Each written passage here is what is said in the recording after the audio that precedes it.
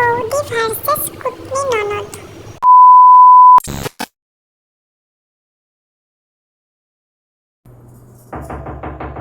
আসছি।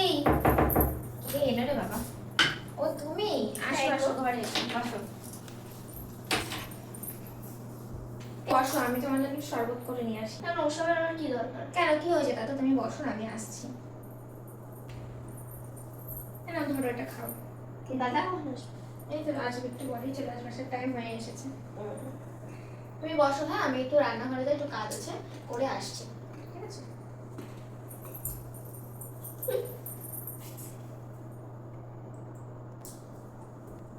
বৌদি, ও বৌদি, আসছি। আমাকে দুপুরে আজকে আমাকে একটু পোলাও আর বাটার চিকেন বানিয়ে দেবে? হ্যাঁ দেবো, দেবো না কেন, অবশ্যই দেবো। আমার হচ্ছে যত জ্বালা, প্রতিবার আসে আর এসে এসে এটা ওটা সেটা বানিয়ে দাও, শুধু উনি খাবেন আর আমি খেটে খেটে মরবো। দেখি তো একবার ঘরে গিয়ে কী করছে, সব কিছুতে তো হাত দেওয়ার স্বভাব আছে। 5 minutes later.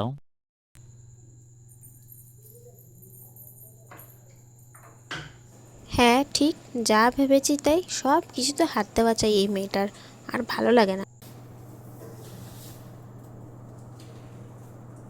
এই শাড়িটা তো সুন্দর, কবে কিনে বলেও না সে কিভাবে আদায় করতে। ও বৌদি তুমি এসেছো, ভালোই হয়েছে। আমিও ভাবছিলাম তোমাকে একটু ডাকবো, আসলে সামনেই আমার একটা বিয়ে বাড়ি আছে, আমার একটা শাড়ি লাগবে। কবে কিনেছো গো? এটা কিনিনি, এটা আমার মা দিয়েছে আমাকে। আমি বিয়ে বাড়িটাতে পরবো, এটা একটু লাইট ওয়েট তো, মানে পরলে ঠিকঠাক ভাবে থাকতে পারবো, আমি অত ভারী শাড়ি ক্যারি করতে পারি না। এটা নেবে? এটা তো নতুন। আচ্ছা তোমার যখন নেই বলছো, আমি ক্যারি করতে পারো, ঠিক আছে নাও তাহলে। 1 hour later.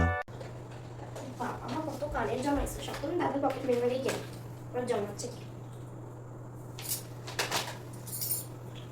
কানেরটা তো ভালো লাগছে, আমি এই কানেরটা আদায় করেই ছাড়বো, আমার এই ড্রেসটার সাথে খুব পছন্দ হয়েছে।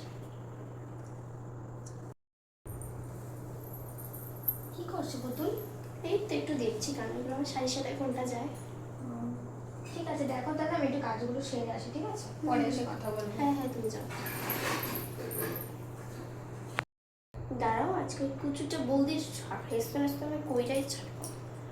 ও মা, মা মা, এই কি হয়েছে? তারা আসছি। এই কি হয়েছে বল। ওখানে না এখানে এসে বসো, তারপর কথা আছে অনেকগুলো তোমার সাথে। হ্যাঁ বল কি হয়েছে, বসো। শুনি তোর কথা। অত দূরে কেন বসলে? ও আরো কাছে যাবো নাকি? ঠিক আছে বল। সংসারের কি হাল দেখছো না? তোমার বৌমা তো পেয়ে বসছে, সংসারের হালটা একটু ধরো। কেন রে, কি হয়েছে? আজকে কি হয়েছে জানো? কি? তোমার বৌমার আলমারিটা আমি খুলেছি, হুম, এইবার ওর আলমারিতে একটা নীল কালারের নতুন শাড়ি ছিল। আচ্ছা। যেই আমি শাড়িটা ধরেছি, ও তখন উকি মেরে মেরে মনে হয় দেখছিল। এবার আসার পরে আমি বলেছি যে আমি একটু বিয়ে বাড়িতে শাড়িটা পরে যাবো, আমাকে একটু দিও।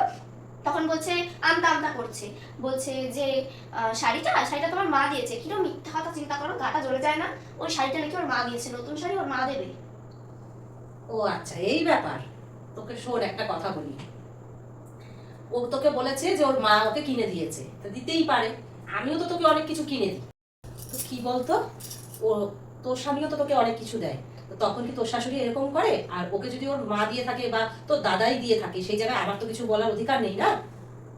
তোর ঘর দিলেও তো এরকম করবে না, না তোর শাশুড়ি মা? তখন কি তোর ভালো লাগবে?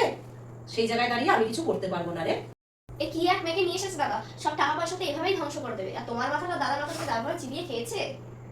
যা পারো গিয়ে তোমরা করো, আমাকে কিন্তু পরে কিছু হলে আর বলতে আসবে না যে বৌমা ওটা করেছে, বৌমা সেটা করেছে। শোন তোকে একটা কথা বলি, তুই তোর সংসারটায় নজর দে, আমি আমার সংসারটায় নজর দিই। আমার ছেলে আমার ছেলের বউ কি করে ভালো থাকবে তাতে আমি নজর দিই, তুই তোর সংসারটাতে নজর দে, তাহলেই হবে। হ্যাঁ পরে আমাকে আর কিছু বলবো না না, ঠিক হয়েছে, এমনটাই হওয়া উচিত ছিল।